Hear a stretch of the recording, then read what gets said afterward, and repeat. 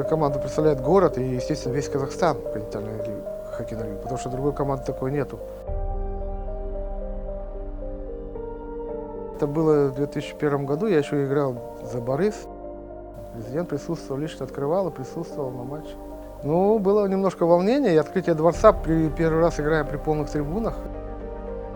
Но поддержка болельщиков, мы сумели быстро забить гол первый, и мы выиграли этот матч, довели до конца.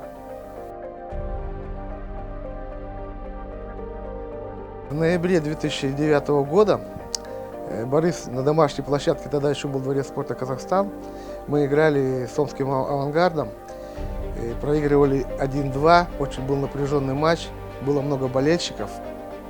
Дворец спорта не мог всех вместить желающих, люди сидели на ступеньках, и на улице очень много народу было.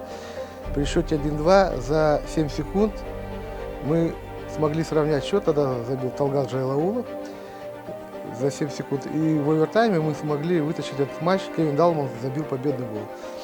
И в этой матче участвовал легендарный Яромир Ягод, выступал за Омский «Авангард» в то время, и действительно атмосфера была такая хорошая, и город просто гулял потом.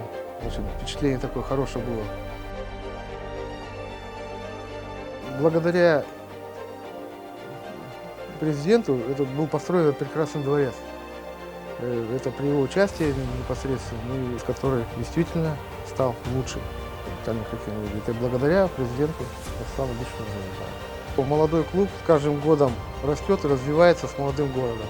Новая ледовая арена является достопримечательностью городской архитектуры.